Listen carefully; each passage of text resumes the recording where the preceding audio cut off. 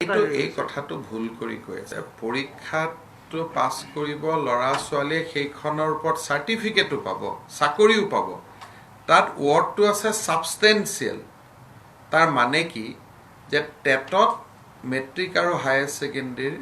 মাৰ্কসটো counting হয় এতিয়াতো এবাৰ মাৰ্কস সবেই 95 পাব তেতিয়ালে যোৱা বছৰৰ ল'ৰাবিলাকে চাকৰি ক'ত পাব নেক্সট বছৰৰ ল'ৰাবিলাকে চাকৰি ক'ত পাব এই ঘটনাটো এনেকে যেটো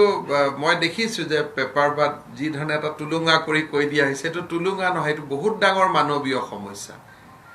এই ল'ৰা ছোৱালীবিলাকে যেতিয়া 90 পাব 95 পাব স্কুলত মাৰ্কস দিব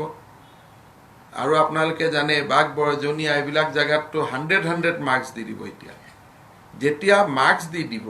আমি কন্ট্ৰোল কৰিব কৈছো মাৰ্কসটো পুৰা ঢালিব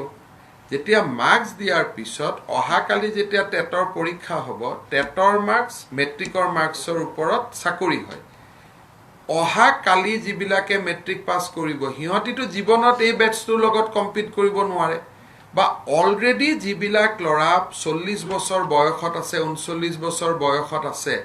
তেওঁলোকে বেটছটোৰ লগতটো মাৰ্কস কেতিয়াও পাব নোৱাৰে তাৰমানে অহা 10 বছৰলৈকে অসমত চাকৰি অকল এইটো বেটছে পাই থাকিব টেটত গতিকে আমিতো এইটো এটা মানে ইমান এটা সিৰিয়াস কথা যেটো মই আছুকু মই কৈছো যে আমি আলোচনা কৰিম এইটো এটা সিৰিয়াস সামাজিক সমস্যা তাৰ উত্তৰ এটা উলিয়াব লাগিব নহলে অসমত 4 লাখ চাকৰি অকল এই 4 লাখ লৰাই পাই থাকিব আগৰ বেটছেও কেতিয়া নাপাব পিছৰ বেটছেও কেতিয়া চাকৰি নাপাব আমাৰ যিবিলাক ডেকা লৰা আজি এমপ্লয়মেন্ট এক্সচেঞ্জৰ নাম ভৰ্তি কৰিছে টেটত অহাবাৰ টেট দিম বুলি ভাবি আছে কোনেও চাকৰি নাপাব কাৰণ এওঁলোকৰ গুটেই মাৰ্কছ্ট্ৰিট বিলাকত 90 95 100 মাৰ্কস থাকিব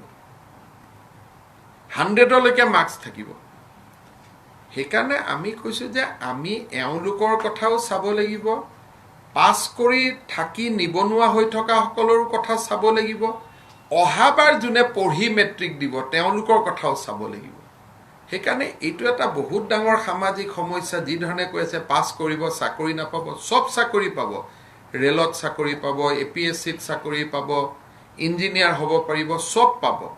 খালি টেটৰ ক্ষেত্ৰতে সমস্যা আছে সেইকাৰণে আমি কৈছো সাবষ্টেনচিয়েলি যত এইখন সাৰ্টিফিকেট দৰকাৰ তেওঁলোকে কালি যদি এপিএসসি সাৰ্টিফিকেট পৰীক্ষা এইখন সাৰ্টিফিকেটত পাব কাৰণ তাত মেট্ৰিকৰ মাৰ্কসটো কাউন্টিং নহয় কালি যদি কবাত ইঞ্জিনিয়াৰিং চাকৰি কৰে এইখনৰ ওপৰত পাব অনলি পইণ্টটো আছে টেটৰ ক্ষেত্ৰত তাত কিবা এটা উপায় উলিয়াব কাৰণে এওঁলোকে যদি কোনোবাই কৰিব বিচাৰে কোনোবাই যদি ভাল উপায় দিব খুজে কাৰণ মোৰ কথাটো হ'ল যে মই দায়বদ্ধ এইটো এটাহে বেটছ পুৰণা বেটছ বিলাকৰ ল'ৰা ছোৱালী বিলাকৰ দুখবোৰ চাব নালাগিব জানো যোৱা বছৰ মেট্ৰিক পাছ কৰা তাৰ আগৰ বছৰ মেট্ৰিক পাছ কৰা সবেতো দেউতাক মাকৰ সবেতো লৰাই চাকৰি পাম বুলি ভাবি আছে এনেকে যদি এই বেটছটোৱে এই নম্বৰৰ ওপৰত যদি চাকৰি পায় তেলে অহা 10 বছৰ আৰু কোনো বেটছে টেটত সোমাব নোৱাৰে সেইকাৰণে কথাটো নজনাকৈ বা আমিও কবাত বুজুৱাত ভুল হোৱা কাৰণে এইটো প্ৰতিক্ৰিয়া হৈছে চাকৰি নাপাব কিয় চাকৰি নাপাব engineering third grade fourth grade সব পাব খালি এটা চাকৰিতে সমস্যা আছে যে টেটৰ ক্ষেত্ৰত আমি কি কৰিম কাৰণ এইটো বেটছ হৈছে নপঢ়াকৈ পৰীক্ষা পাছ কৰিব শিক্ষক লাগে আটাইতকৈ মোক মেৰিটৰিয়াছ ষ্টুডেন্ট গতিকে এটা পৰীক্ষাতে এইটো খেলি মেলি আৰু নহলে মোৰটো একো নাই মই কম যে ঠিক আছে পাও কিন্তু পুৰণা বেটছৰ ল'ৰাবিলাকেতো লগে লগে হাইকোৰ্ট যাব যে আমি কি কৰিম আমাৰটো নম্বৰ মাৰ্কশিটত 60 আছে ইহঁতৰ মাৰ্কশিটত নম্বৰ 90 আছে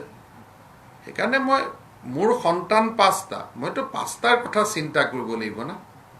বাকি চাকৰিত কোনো প্ৰশ্ন নাই নোটিফিকেশনখনত লিখা আছে যত সাবষ্টেনচিয়েলি এই নম্বৰটো লাগে